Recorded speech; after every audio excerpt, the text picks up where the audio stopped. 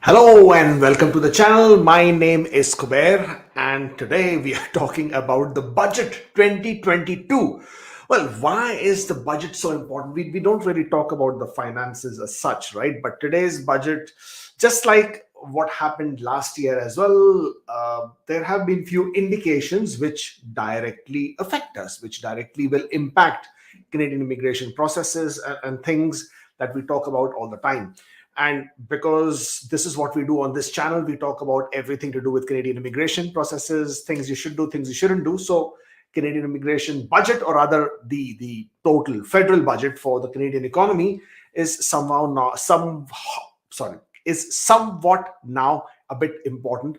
And that's what I would like to share with you, my opinion, my perspective, my understanding of what the budget is, and of course some figures. Well, obviously the most important factor that most of you would want to be understanding about would be, what are we talking about, what changes are expected.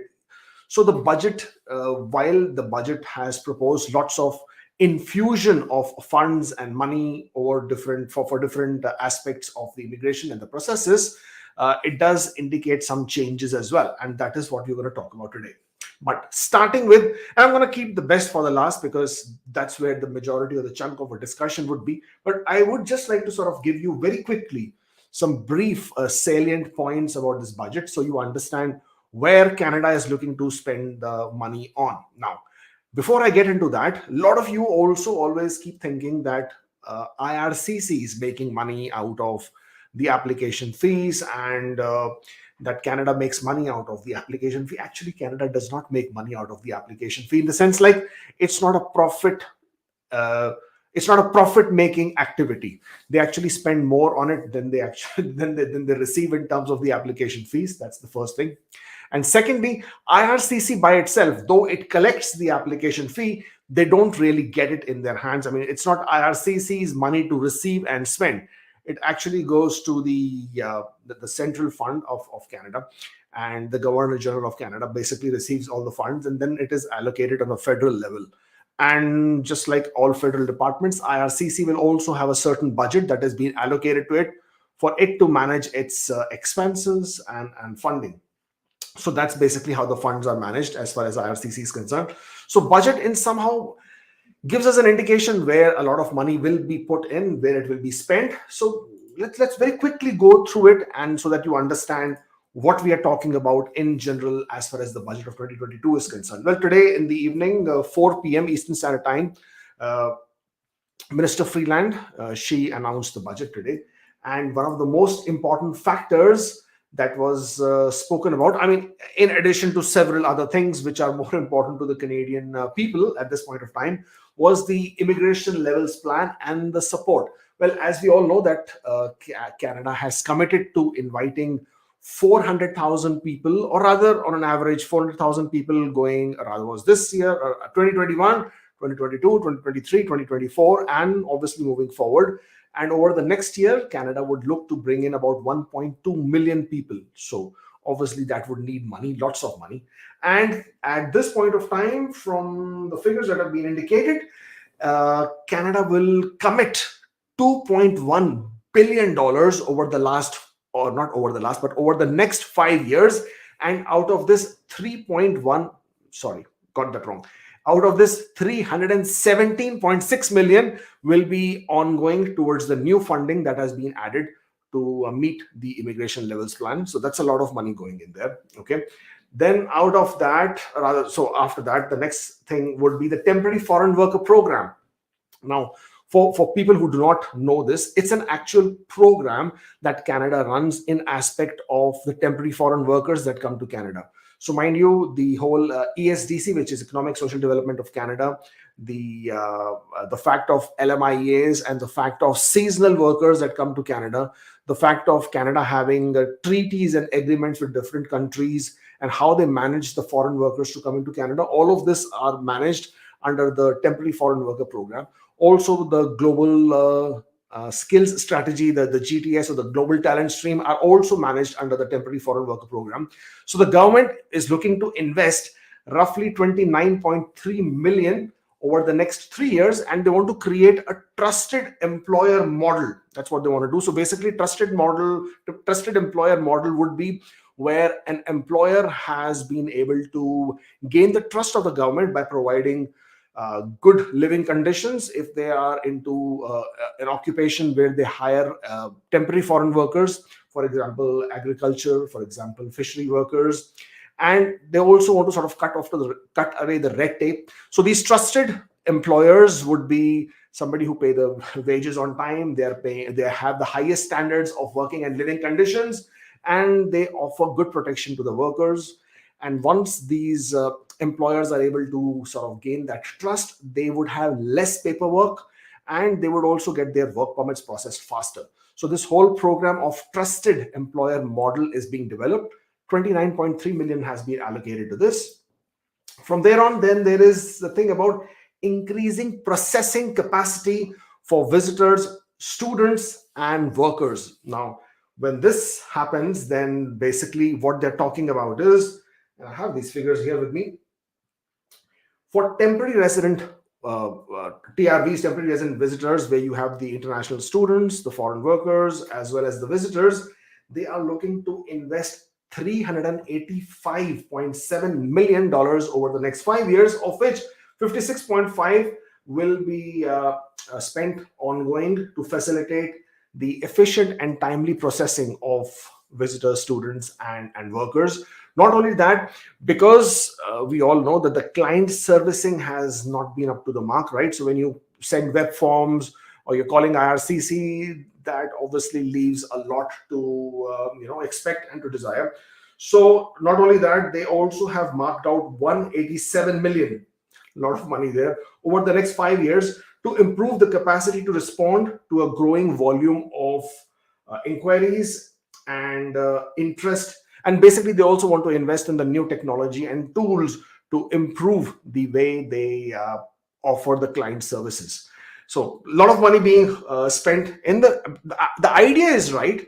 Let's hope that it's sort of the money gets spent in the right manner, and we can actually see some results there. Okay.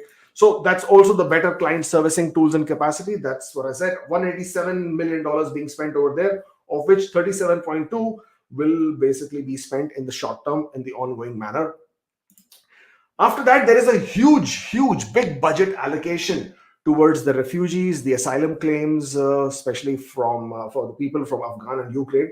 For people who do not know, Canada has committed to bring in 40,000 Afghan refugees, and of these, 10,000 are already in Canada at this point of time. Canada is committed to spend $2.1 billion over the next 5 years, of which 317 million is on the ongoing funding for resettlement for Afghan refugees. Similarly, for Ukrainians, or what is happening in Ukraine right now for that crisis, they have committed $111 million over the next 5 years, of which $6 million is being spent short term. This is to implement the new immigration measures that Canada has announced to resettle refugees from Ukraine as well. So again, the humanitarian effort and the humane efforts that Canada is showing to sort of handle this crisis, or to sort of support the people who are being affected in this crisis, is quite, you have to sort of congratulate them for this. But at the same time, I hope that the people who are really suffering, they get some respite sooner than later, and it's just not, just talks. There has to be some effort and real activity, that sort of action that goes into it, sort of bring these people to some safety and resettlement once they're here in Canada. So that's what's happening with the budget allocation for the refugees and asylum claims. Not only that, for asylum claims, they have something else as well. They have, or rather, IRCC, the budget is proposing amendments to Urpa. Urpa stands for Immigration Refugee Protection Act. So it is proposing amendments to Urpa so that IRCC can now accept electronic submission of the asylum claims. As of right now, the whole process is paper-based. it just takes more time. It just needs more effort, and a lot of mistakes and mess is made out of that. So this is also being now being digitized, so that rather the proposal is there to digitize it. Hopefully that will also make this process a bit more efficient. Next on my list is citizenship applications. At this point of time, for what I have for citizenship is that, let's see, I have it written somewhere. The legislative amendments to Citizenship Act is required so that they can enable automated and machine assisted processing. Now, the reason for this is that all this while the Citizenship Act did not allow them to sort of digitize the process. So they want to make some amendments there so that they can modernize the citizenship application so that more applications can be accepted and they can be processed faster. I'm sure a lot of people in Canada who are already permanent residents and who are processing their applications. As of right now, it's taking almost a year and a half to process your citizenship applications. So they will really be looking forward to something like this, because this is really affecting a lot of them. And to all political parties, I mean, they always want a bigger vote bank, right? The vote bank always helps them get back into power. And then we have, yes, of course, another big announcement that was made today was that Canada plans to, it says do there. Let me just change that.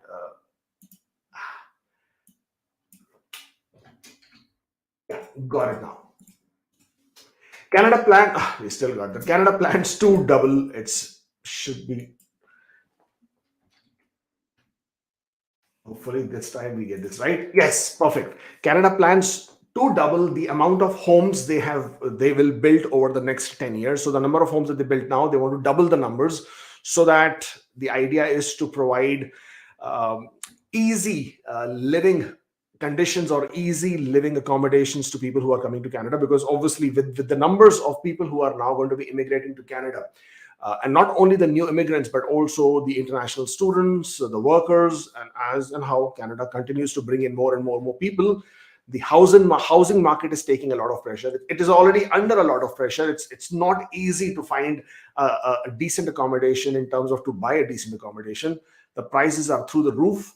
And so therefore, there was this big commitment that has been made that they will double the amount of homes that they build over the next 10 years. Hopefully that will bring a lot of respite to people there.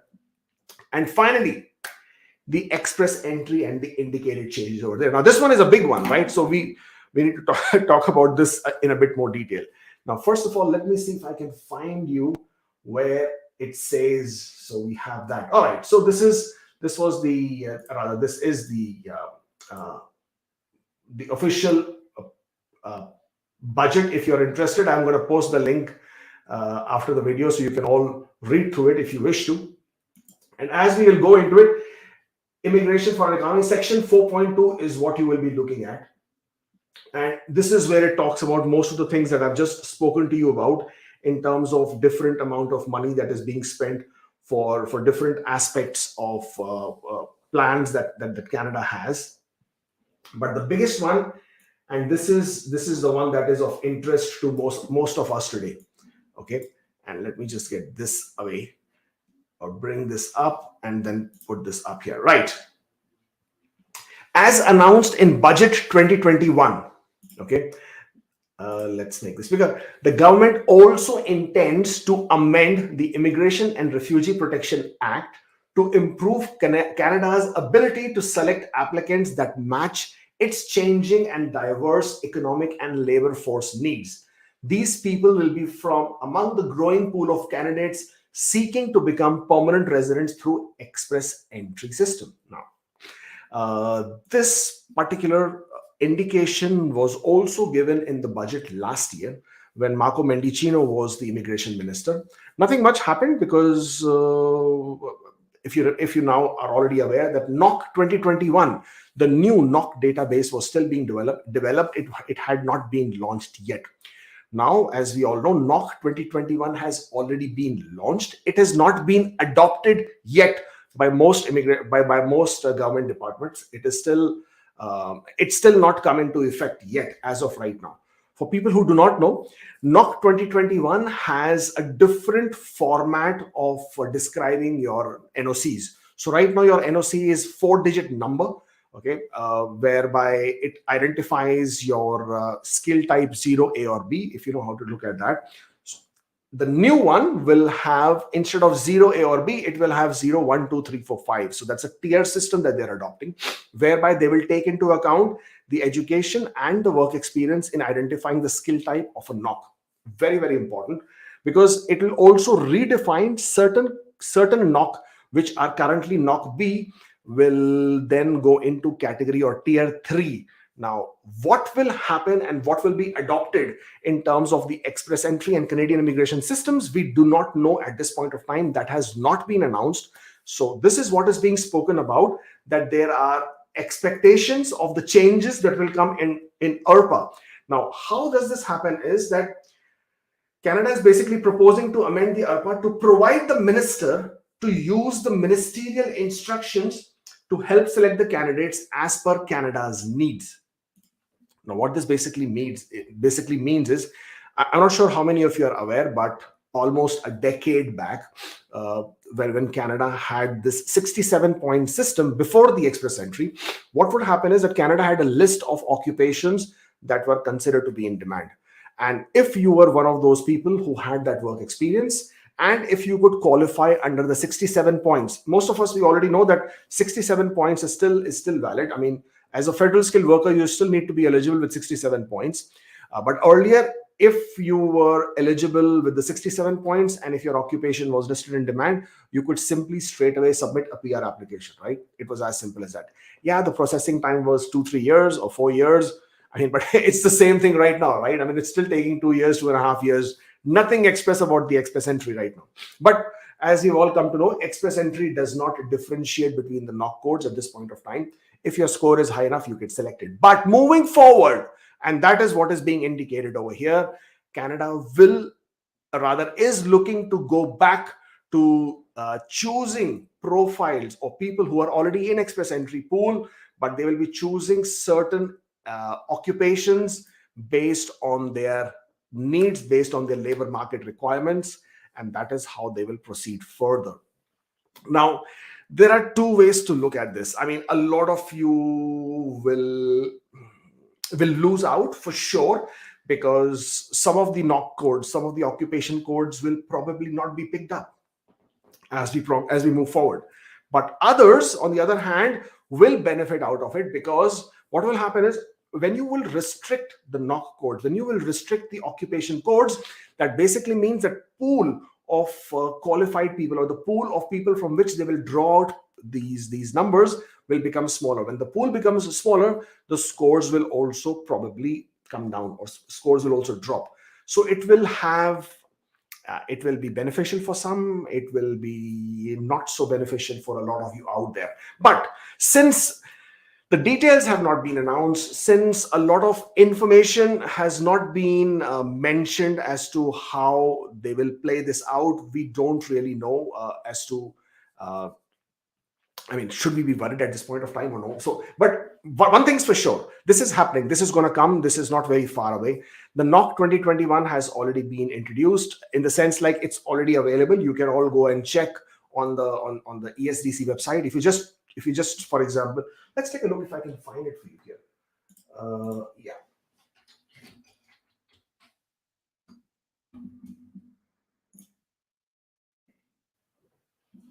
All right, I can. So let's take a look at this. So NOC 2021 is already here. Let's get rid of this. And the summary of changes has been mentioned. It overhauls the current 4-category NOC skill level structure by introducing a new 6-category system representing the level of training, education, experience, and responsibility. And that's why it is called the tier. And that's what it will be called, the tier system. And it adopts a 5-tiered hierarchical arrangement of occupational groups with successive levels of disaggregation containing broad occupational categories, major groups, sub-major groups, and unit groups.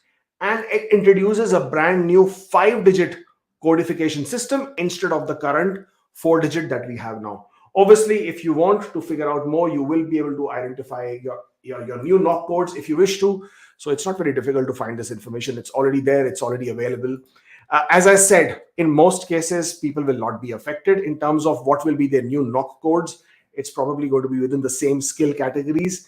it's certain knock codes which will then move from tier 2, which is equivalent of knock skill category B, that will move to tier 3. Now this tier 3 is going to be the tricky section of the knock, because we do not know what is going to happen with the tier 3.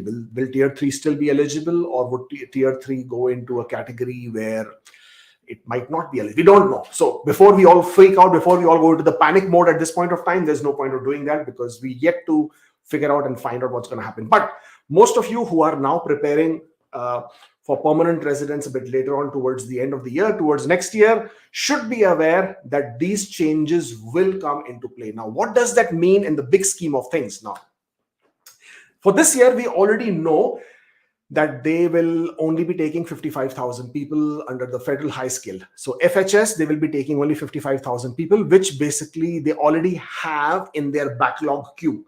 At the last count, they had 75,000 people. So there were already 20,000 more than their requirement for this year. So this year, the numbers are already spoken for. They already have those people. They already have those numbers. So what's going to happen for this year? So the draws that will happen this year are basically targeting the people who would be accommodated for next year. So these people will be landing next year. For them, the draws will happen this year. The express entry draws, the federal skilled worker draws, the CEC draws will all happen this year.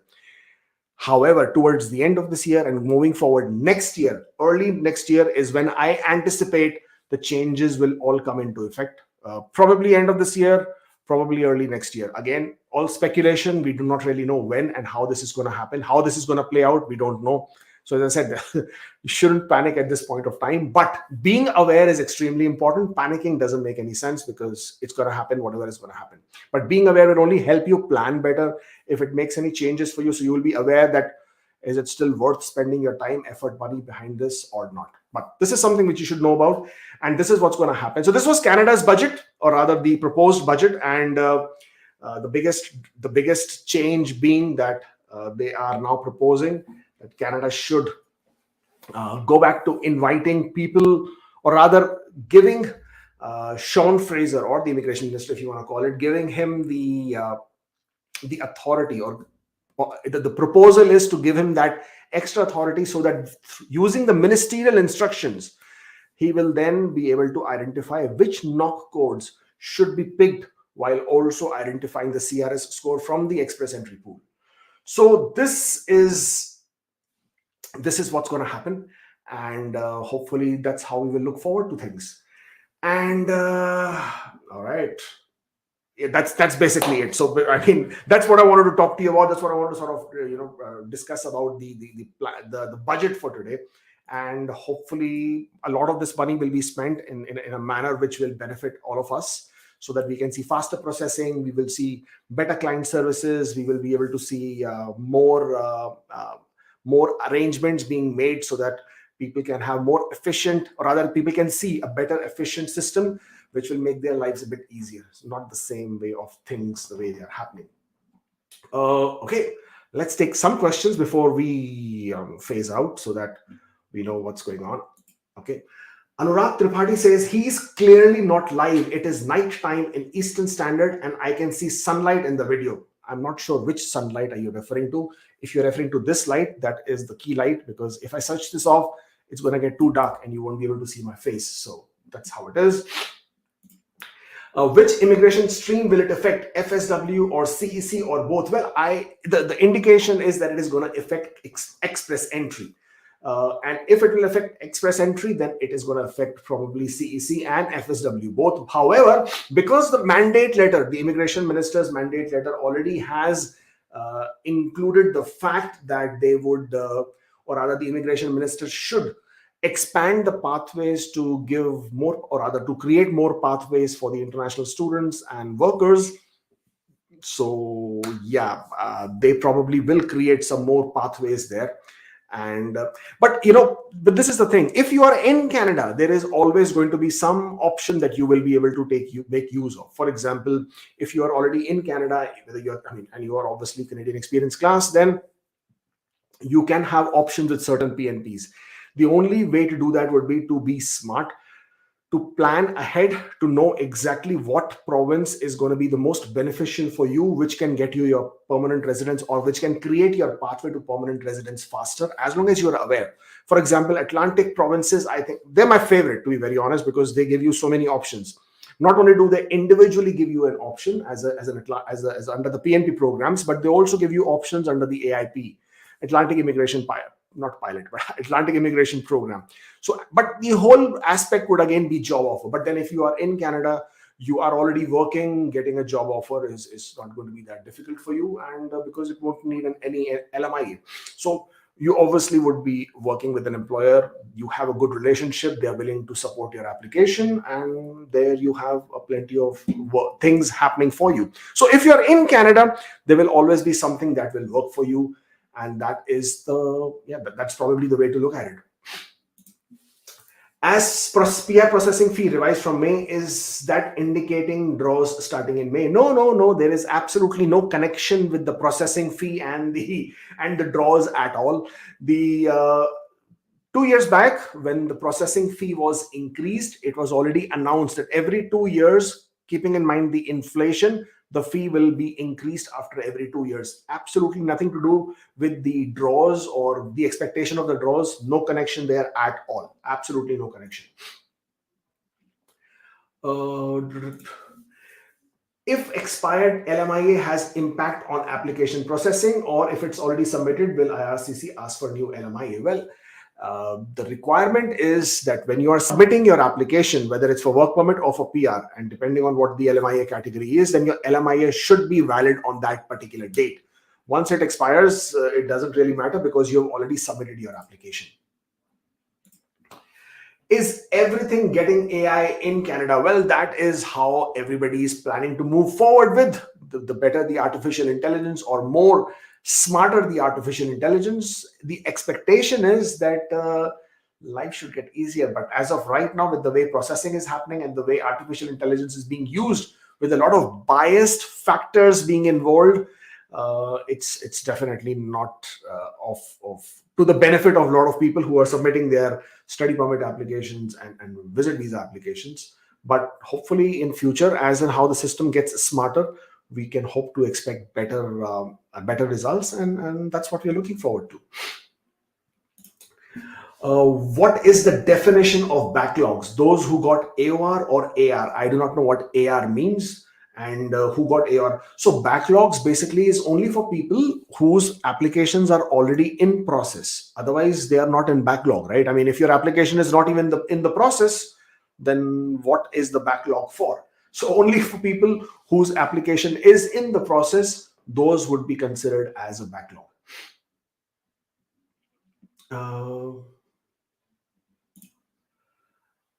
He is not live. It is a recorded video which he played yesterday also.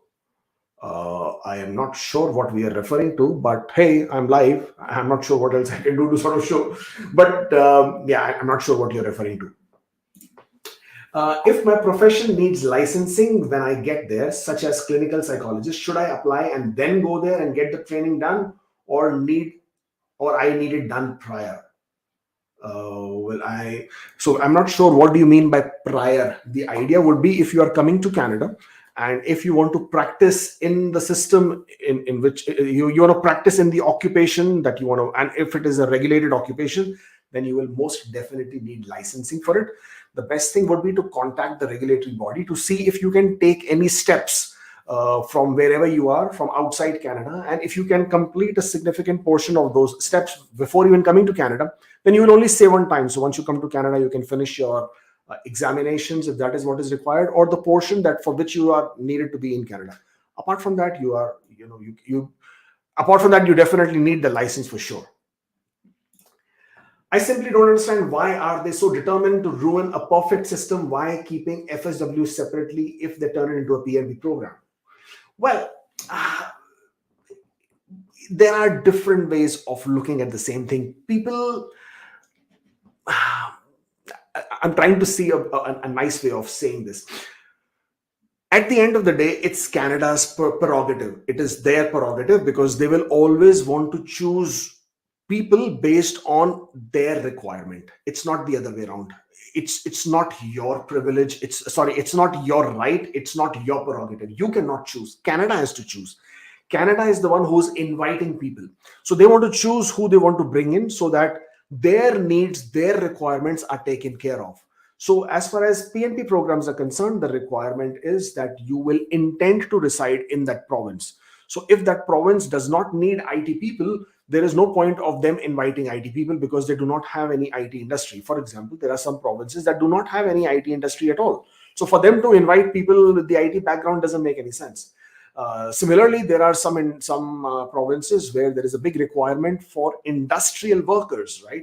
So there is no point for them to invite people who do not have that kind of background. So there is a requirement for the specific occupational type. When they do it at the federal level, they're going to do it more largely looking at a broader picture and seeing which type of categories are largely required within the country.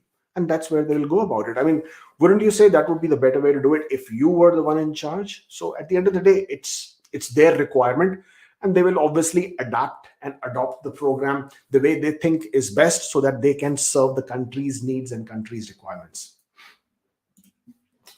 Nowadays, I start feeling like all officials in Canada think, what can we do further to impact FSW? Oh yeah, this should work. Well, again, as I said, different people will have different opinions. At the end of the day, I'm not saying this is a great system, this is a perfect system, or this works for you. And that's the whole point, right? The system is not meant to work for you. The system is meant to work for them, for Canada. So that's probably how they will always look at the way to make it happen for them.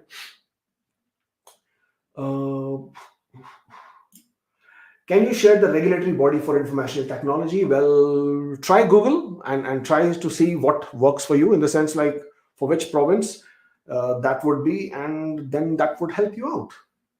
Okay.